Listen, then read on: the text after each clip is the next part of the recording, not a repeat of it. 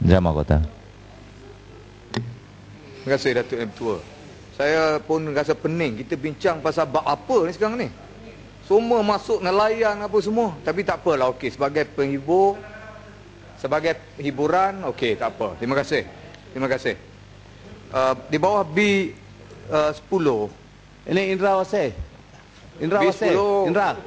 Indra Mahkota. Saya panggil you Indra Wasih sajalah. B10, lembaga hasil dalam negeri. Saya difahamkan bahawa terdapatnya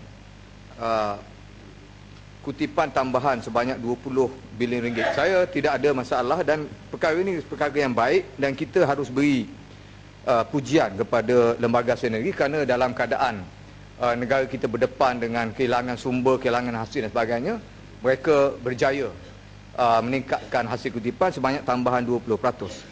Tak apa, terima kasih. Dan saya juga tidak ada masalah tambahan 300 juta daripada belanjawan asal sebanyak 904 juta ringgit. Cuma seperti yang disebut oleh Batu Gajah, pertengahan tahun kita perlukan 300 juta ringgit sebagai perbelanjaan untuk pengurusan. Ini menimbulkan persoalan dan saya rasa Timbalan Menteri atau Kementerian perlu memberi penjelasan. Adakah benar sebagaimana yang diulas, perbelanjaan tambahan ini yang tidak diketahui tujuannya dulu, bukan dalam sektor perancangan mereka, adalah kerana timbul keperluan mendesak persediaan untuk melaksanakan cukai baru GST. Ini sebagaimana yang disebut oleh beberapa pihak yang mewakili Lembaga Hasil Negeri dan juga Kementerian Kewangan. Kerajaan sedang membuat persiapan terakhir struktur dan juga infrastruktur untuk Lembaga Hasil Negeri terlibat dalam pelaksanaan GST. Jadi 300 juta tambahan ni adakah benar akan digunakan untuk persediaan infrastruktur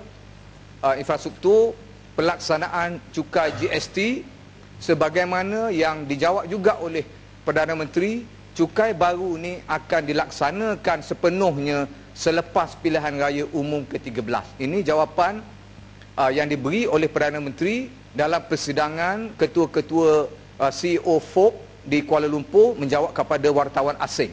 Yang ini dipetik secara tepat oleh media. Dan saya juga nak bertanya, dalam jumlah 300 juta ringgit yang diperuntukkan kepada Lembaga Hasil Negeri, timbul keperluan untuk sepatutnya untuk mempertingkatkan lagi secara tradisinya apabila menjelang tempoh perkaunan kedua ataupun tempoh suku ketiga terakhir dalam satu tahun kalender kewangan. Biasanya Lembaga Hasil Negeri akan merancang berapakah jumlah di akhir tahun kewangan atau tahun asas sesuatu tahun pencukaian itu, untuk merancang berapakah jumlah yang bakal dikutip supaya berselaras dengan tujuan ataupun matlamat hasil kutipan yang telah diberi oleh rakyat kerajaan selama hari ini. Ya, Indra Mahkota, sedikit penjelasan selaku orang yang punya pengalaman dan pernah berkhidmat di lembaga hasil. Indra Mahkota, saya melihat banyak dasar-dasar kerajaan yang baru di atas nama BRIM dan sebagainya mempunyai hubung kait dengan lembaga hasil, terutama sekali bagi tujuan kelayakan dan sebagainya.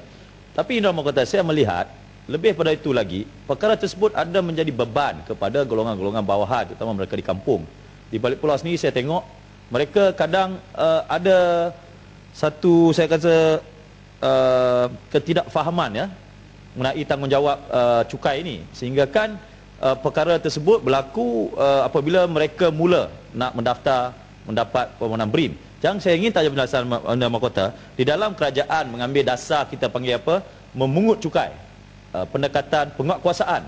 Tetapi saya tengok di bawah aspek-aspek pendidikan, pemahaman rakyat terhadap apa itu kepentingan cukai terhadap pembangunan negara, saya rasa tidak berlaku. Sekurang-kurangnya saya tengok yang ada hanyalah papan tanda bayar cukai, tetapi tidak dideploy pegawai untuk melakukan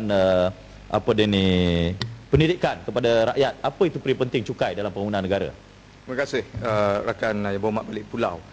Sebenarnya saya juga mengharap dalam peruntukan 300 juta ringgit yang bakal diluluskan untuk Lembaga Hasil Negeri memasukkan elemen memberi kesedaran dan juga edukatif value dalam permasalahan atau pemahaman cukai supaya rakyat boleh memahami asing atau mengasingkan di antara bentuk kerajaan pemberian yang diwujudkan oleh kerajaan untuk tujuan apa dan pencukaian yang sepatutnya masuk dalam kantong ataupun revenue kepada negara untuk tujuan membantu rakyat dalam frasa yang kedua. Ini perlu difahami dalam bentuk pendidikan yang asas. Dan saya juga nak katakan dalam BRIM, dalam pemberian BRIM dalam pembentangan belanjawan yang lalu, kerajaan memperuntukkan satu jumlah yang dimasukkan bersekali dengan subsidi. Ini disahkan oleh kementerian, menteri dan juga Perdana Menteri. Yang perkara disebut bahawa peruntukan 20,500 itu diandaikan atau dimaksudkan sebagai subsidi kepada LPG, RAW95 dan juga apa-apa yang terlibat dengan petroleum dan dibersekalikan dengan bantuan tunai. Dan pada kali ini perkara 20,500 juga menjadi perkara yang sama, iaitu memasukkan jumlah 7 bilion keseluruhan subsidi itu dimasukkan sekali dengan bantuan tunai. Dengan itu kita nak tahu dan nak tanya penjelasan, adakah BRIM ini diertikan sama pemberian kali kedua dalam belanjawan tambahan ini kerana bentuk bantuan tunai itu disekalikan juga dengan kelulusan sebanyak 7.4 bilion ringgit. Saya nak minta supaya kerajaan mempertimbangkan. Kita meletakkan beban tugas yang begitu besar kepada lembaga hasanah negeri dengan kita sendiri create ataupun hidupkan isu-isu yang pada bidang percukaian yang sebenarnya isu yang tidak konkret, isu yang tidak orang kata tidak revenue based. Media, UMNO, rakan-rakan kepimpinan dalam Barisan Nasional membawa isu tentang 3 bilion ringgit kononnya dimiliki oleh ketua pembangkang. 2 bulan lebih isu ini dibawa.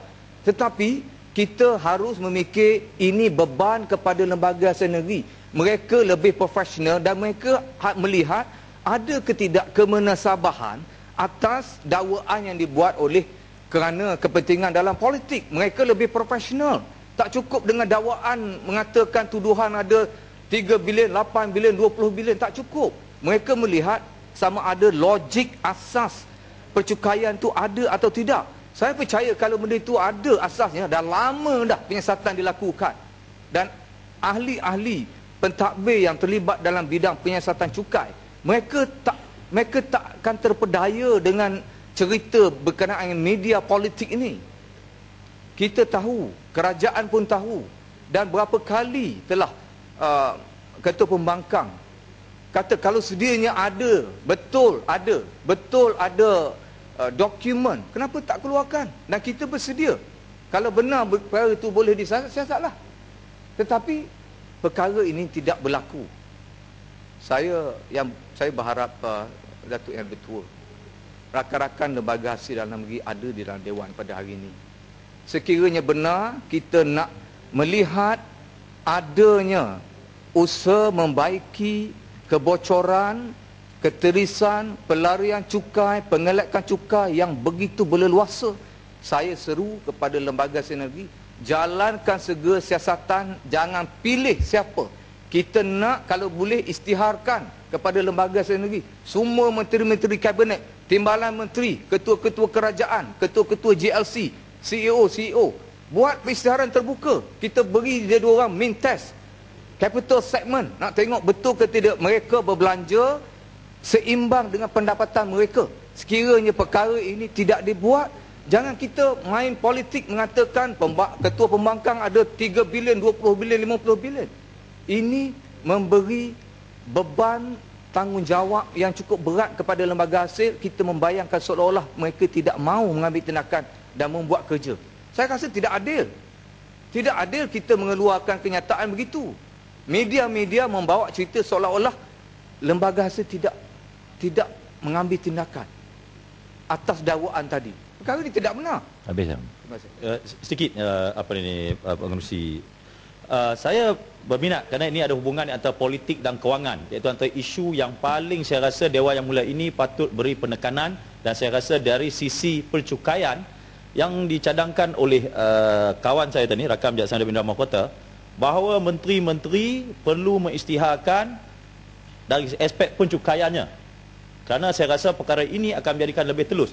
kebetulan Yang Mahkota, kes 3 bilion ini, saya peguam kepada Datuk Murad. Saya boleh bercakap, kalau saya nak bercakap, apa macam mana beliau disiasat di Bank Negara, bagaimana SD dibuat, bagaimana saya take over file daripada VK Linggam, di mana beliau dibawa ke kampung Bukit Tungku, jumpa siapa, lepas tu bawa ke hotel mana. Lawyer client. Tapi saya tak masuk detail. Saya tak cakap detail. Saya tak Ha. cakap detail. Itu tanggungjawab saya sebagai peguam, saya tahu. Privilege communication. Tapi kita bukan begitu. Sebab itu saya bersetuju dengan pendekatan Indra Mahkota. Pendekatan yang boleh dilakukan dan lebih meyakinkan, lebih bertanggungjawab, pendekatan cukai. Kerana jumlah 3 bilion itu, saya rasa boleh dijawab kalau sekiranya ada. Dan ianya lebih, kita kata lebih menunjukkan kerajaan hari ini melakukan pendekatan yang bertanggungjawab, bukan Terima kasih. Saya gulung. Terima kasih Balik Pulau, rakan Balik Pulau yang berhormat. Saya rasa saya juga berterima kasih kepada rakan-rakan yang membawa isu 3 bilion. Perkara ini telah boleh mendatangkan aspek menghidupkan suasana peluang untuk lembaga hasil dan negeri melihat perspektif yang lebih besar. Dalam negara kita, orang-orang yang berbelanja luar daripada kemampuan sebenarnya terlalu ramai dan banyak.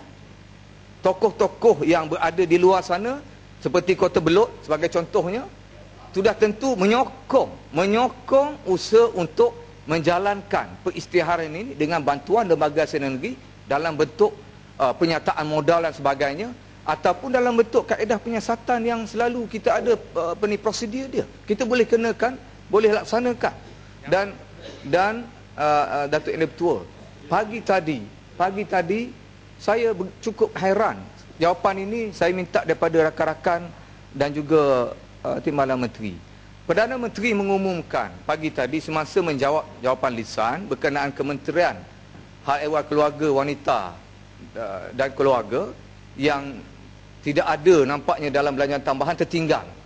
Itu jawab, kata kerajaan mengumumkan rebate belanja 100%. 100% rebate atas perbelanjaan yang dikeluarkan atas sambutan menganjurkan Hari Keluarga. Dan rebate ini diberikan 100% kepada syarikat ataupun korporat yang menganjurkan Hari Keluarga. Diumumkan pagi tadi. Untuk tempoh bila? Dan apa kena-mengena dengan atas sifat ada untuk orang kata untuk melihat sektor cukai ini boleh diperbaharui, dan kita menghadapi masalah kerana orang kata kehilangan hasil. Betul ada tambahan dalam pengutipan cukai, tapi Timbalan Menteri juga mengatakan bahawa dan bersetuju tambahan ini bukan cukai asas, ini cukai yang terdahulu, outstanding tax.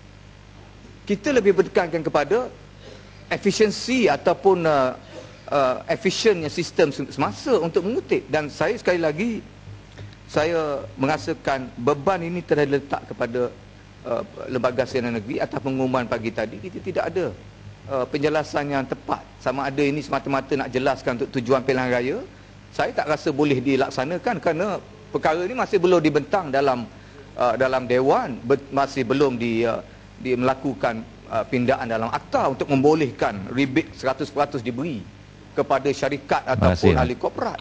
Jadi saya minta perkara ini dia perhati, dan saya fikir kerajaan harus sambut cabaran untuk melakukan segera penyiasatan kepada mana-mana orang yang berbelanja melebihi kemampuan supaya kita mendapat keadilan untuk semua pihak. Terima kasih.